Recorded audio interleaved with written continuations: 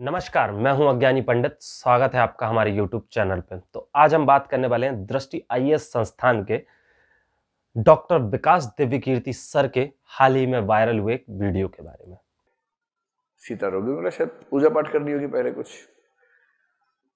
तो राम ने जो वाक्य बोला है ना, बड़ा खराब वाक्य बोला भाई। मैं तो बोलते हुए मेरी जबान कट के गिर जाएगी, पर बोलना होगा, क्या करें।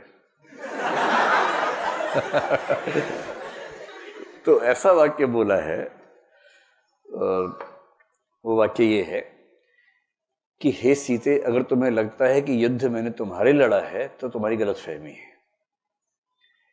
युद्ध तुम्हारे लिए नहीं लड़ा है, युद्ध अपने कुल के सम्मान के लिए लड़ा है। और रही तुम्हारी बात, जैसे कुत्ते द्वारा चाटे जाने के बाद घी भोजन योग्य नहीं रहता है, वैसे तुम अब मेरे योग्य नहीं। तो कुछ लोगों ने इनके एक पेड कोर्स में से ये कुछ क्लिप्स निकालकर वायरल की हैं, जिसमें दिव्यकीर्ति सर जो हैं रामायण के बारे में बात कर रहे हैं और राम जी ने सीता जी से क्या संवाद में कहा है उसके बारे में बात करते हैं, जिसके बारे में उन्होंने क्लैरिफिकेशन भी दिया है फिर ललन टॉप के चैनल पर आकर। पर मेरा यह वीडियो आज बनाने का रीज़न यह नहीं है कि मैं ये आपको बता पाऊँ कि दिव्यकीर्ति सर गलत हैं या सही हैं, बल्कि उनके उस वीडियो से रामायण के बारे में जो गलत मैसेज निकलकर सामने आता है, बस उसको सही करने का एक छोटा सा प्रयास है। तो यहाँ पर मेरे बहुत ही एक पसंदीदा कवि हैं अमन अक्षर, जो कि शायद कौटिल्य एकेडमी के स्टूडेंट रहे हैं या फिर कौटिल्य एकेडमी के एक फंक्शन में उन्होंने इस कविता का पाठ किया था और सुनकर आंखों में आंसू आ जाते हैं। और उसकी एक लाइन जो है मैं आपको सुनाना चाहूँगा।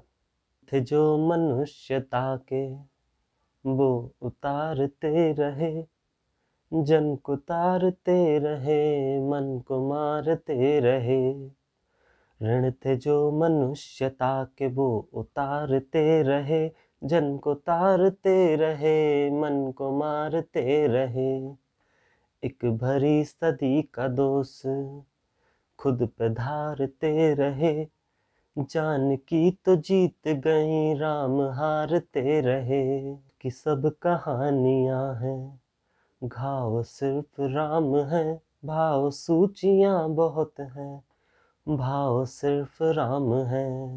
तो 25-30 साल के अमन अक्षर रामायण का जो इंटरप्रिटेशन कर पाते हैं वह हमारे रिस्पेक्टेड डॉक्टर विकास दिव्यकीर्ति सर नहीं कर पाए। तो चलिए आरंभ करते हैं।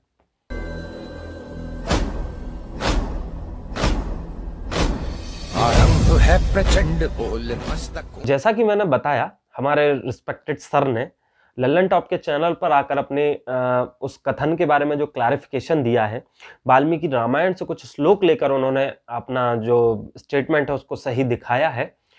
पर जैसा कि उन्होंने कहा, उनके कुछ घंटों के सेशन में से कुछ मिनट के क्लिप निकालकर वायरल कर देना सही नहीं है। तो इसी तरह से 24,000 श्लोकों से बनी रामायण में से एक श्लोक या एक सर्ग के बारे में बात करना भी उतना ही गलत है। उन्होंने अपने क्लैरिफिकेशन में आगे कहा कि वह राम जी के बारे में यह बात नहीं कर रहे हैं, वह लेखक की मानसिकता को बताते हैं कि किस तरह अलग अलग लेखक राम जी के बारे में अलग अलग तरीके से बात करते हैं और उससे पता चलता है कि लेखक की मानसिकता क्या है। वह अपने मानसिक स्वरूप को ही अपनी लेखनी में दर्शाता है और अपने शब्दों के जरिए अपनी मानसिकता को दिखाता है।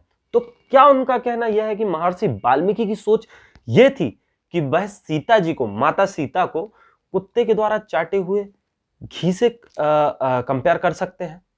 तो मेरा इस पर जवाब ना होगा, क्योंकि 115वें सर्ग में जो बात हुई वो तो सर ने बता दी, पर उसी के आगे 3 सर्ग बाद जो बात होती है वो सर या तो पढ़ नहीं पाए या बताना भूल गए। चलिए हम बता देते हैं।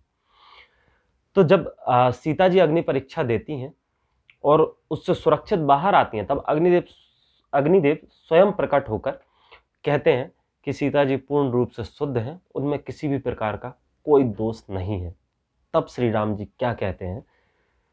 उनका कहना होता है कि यह मुझे भी ज्ञात था कि ये ऐसा ही होना है और सीता में कोई दोष नहीं हो सकता है, परंतु यह सब करने के पीछे मेरा सिर्फ ये रीज़न था कि लोगों में प्रश्न ना उठे, कभी भी आगे आने वाले समय में भी सीता जी पर कोई प्रश्न ना उठा सके, इसलिए उन्होंने यह कदम उठाया। सीता जी को कटु वचन बोलकर, कठोर वचन बोलकर प्रवोक किया, उकसाया, ताकि वो अग्नि परीक्षा दें और आगे आने वाले समय में कोई उन पर सवाल ना उठा सके, और वही हो रहा है।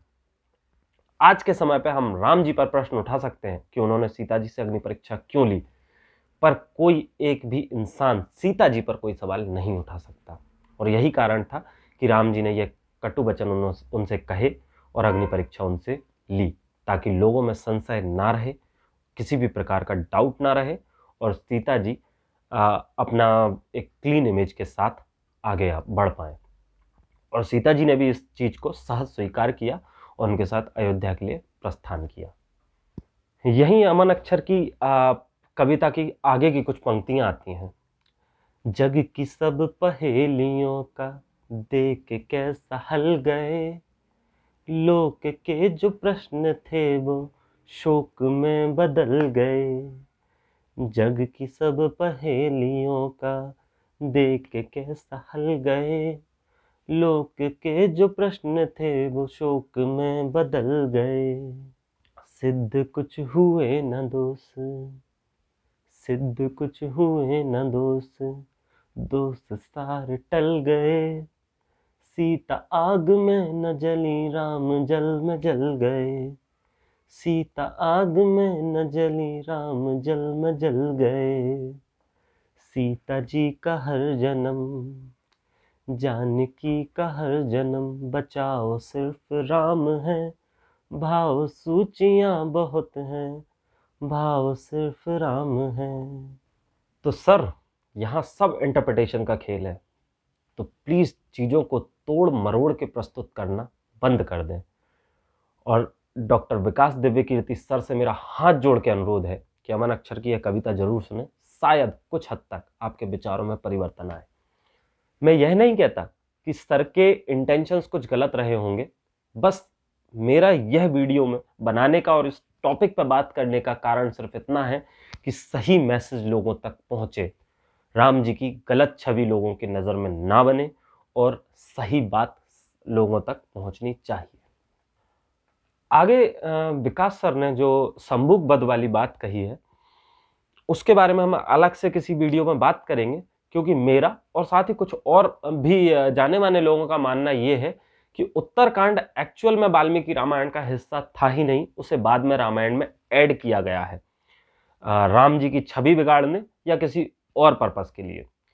तो एक्चुअल में उत्तरकांड जो है वाल्मीकि रामायण का हिस्सा नहीं है, उसके बारे में हम किसी दिन वीडियो में बात करेंगे। तब तक बस आप लोगों से इतना कहना चाहूँगा कि ना ही कुछ घंटे की वीडियो में से कुछ मिनट की क्लिप देखकर इंसान को जज करें, और ना ही एक महान ग्रंथ के कुछ अंश को पढ़कर उस किताब से गलत प्रेरणा लें। आज इस वीडियो को कुछ पंक्तियों के साथ यहीं समाप्त करते हैं। इसमें क्या नया है तर्क, लाख जो बुने गए, तुमको लग रहा है सिर्फ राम ही सुने गए। एक सरल सी बात जिसके अर्थ अनसुने गए, जानकी ने हाँ कहा तो राम जी चुने गए। जय श्री राम। अज्ञानी पंडित में अपना समय देने के लिए धन्यवाद। अगर आपको वीडियो अच्छी लगी हो तो प्लीज लाइक करें, सब्सक्राइब करें और बेल आइकन प्रेस करें।